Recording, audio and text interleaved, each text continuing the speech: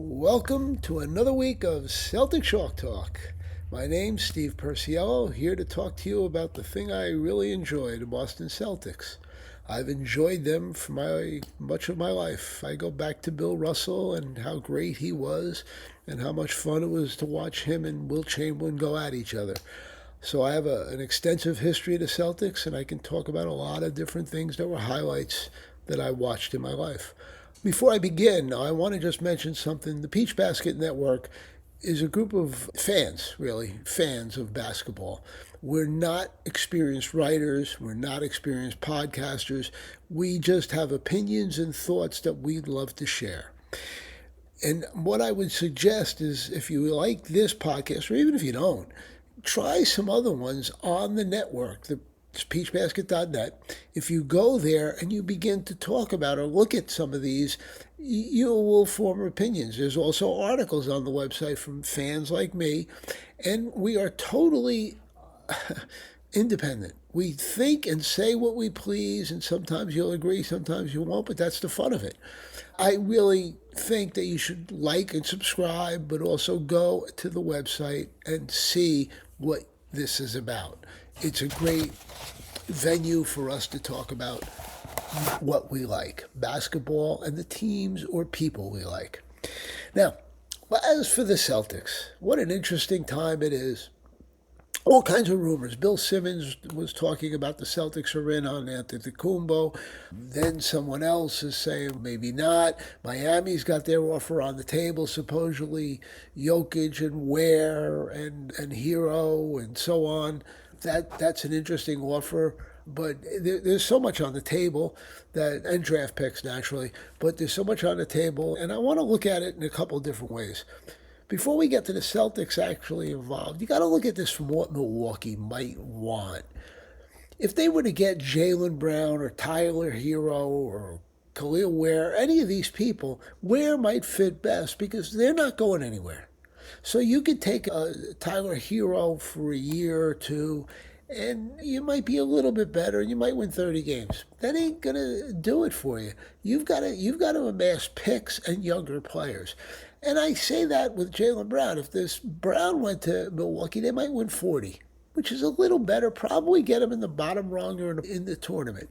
But that just doesn't do it. And there's not a future when Jaylen Brown's 30 years old.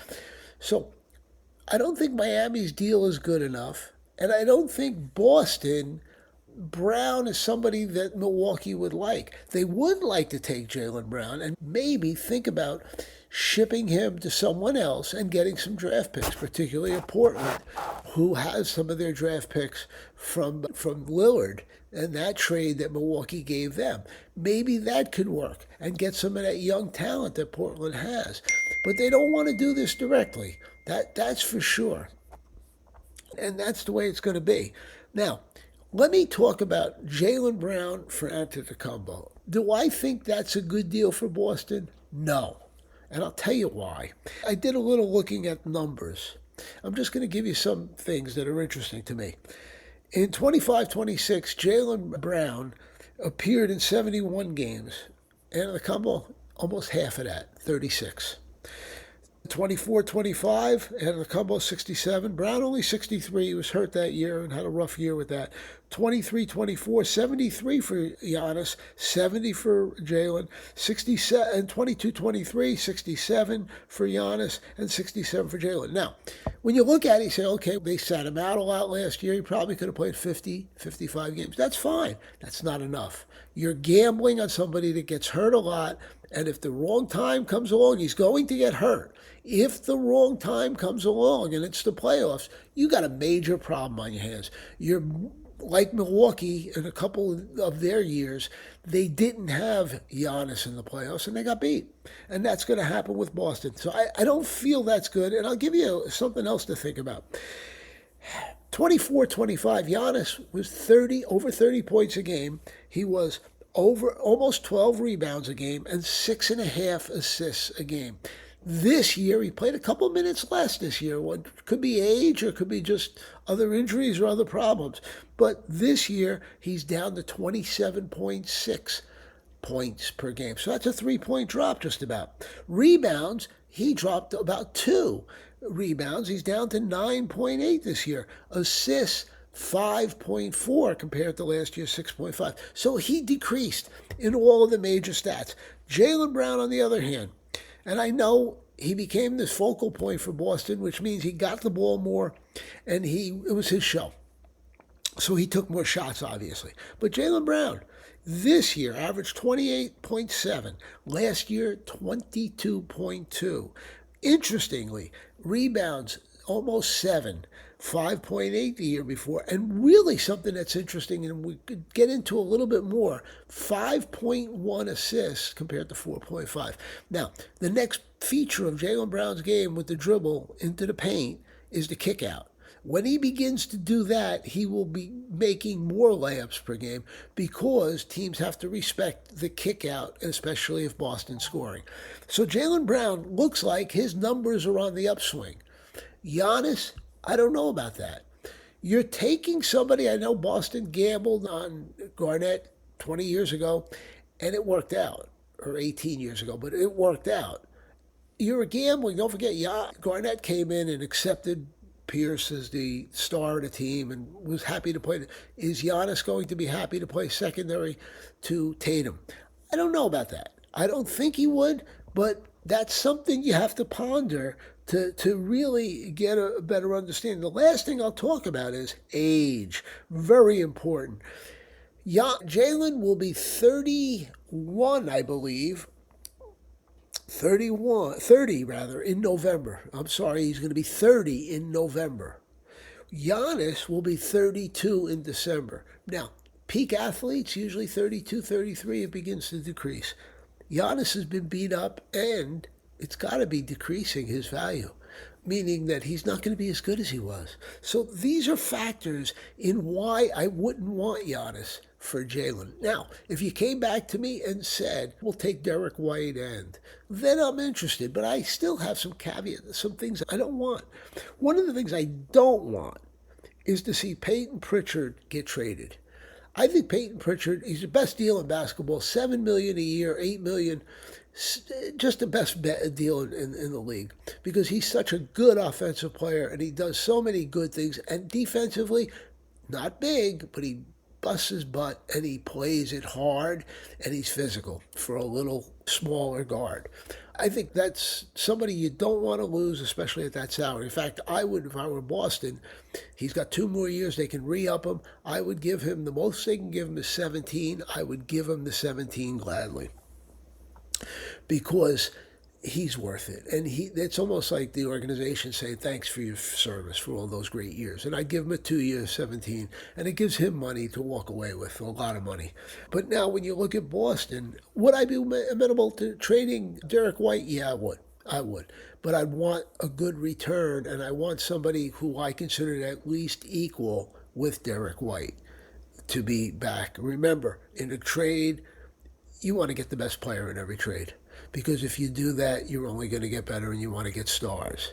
Would I trade Jaylen Brown?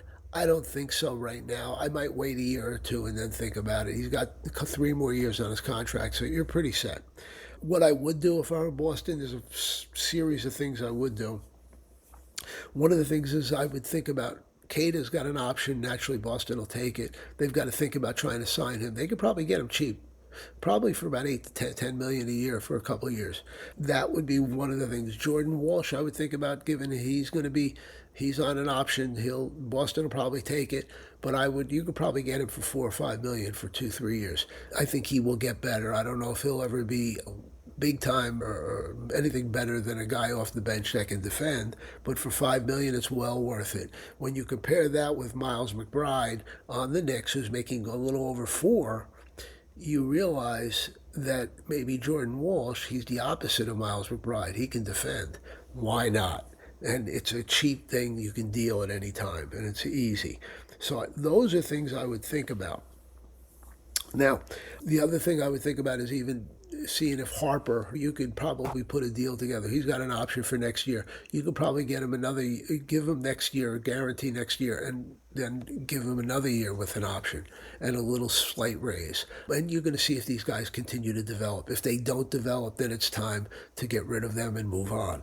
But by doing that, it gives them more time. Queta, I think, will develop, and I think it depends on where the Celtics go next year as to what you do with Queta. If they were to get Antetokounmpo, which, as I said, didn't want, if they were to get him, yeah, you could use a center, but you got Antetokounmpo who can do a lot of things as a big and protect the rim, so Queta becomes less valuable. So there's a lot of different ways to play that. And those were some of my thoughts on it. Now, as for the Celtics, Joe Mazzulla just always surprises you, does something that's off the beaten path.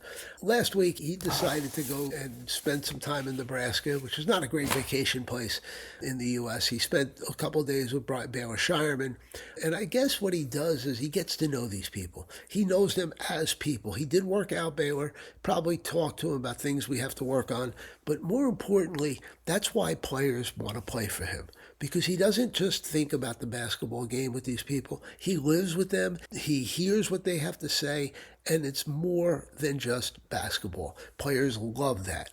He went to Portugal. Going to Portugal, why? To see Neemias. He went to see Queta. He attended a Portuguese basketball game with Queta, spent some time with him the same way. Now, think about this. If you're Mazzulla, and if you watch Celtic games, you know he jumps on Queta when he screws up or pulls him out and is right on him. But you know what? Queta accepts that because he knows this man has he's got his respect. And he respects Queta, Queta respects him, and he takes what he's being told, even if it's critical and nasty, and he comes back and does what's asked.